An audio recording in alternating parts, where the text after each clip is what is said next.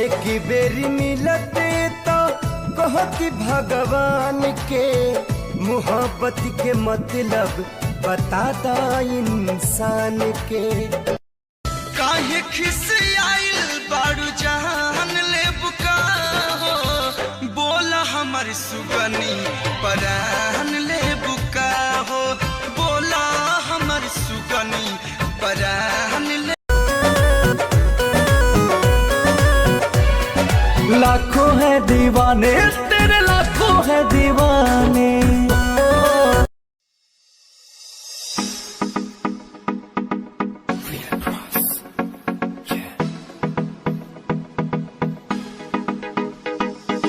देसी देसी ना बोलिया कर छोरी रे, इस देसी की फैनिया दुनिया हो रही रे।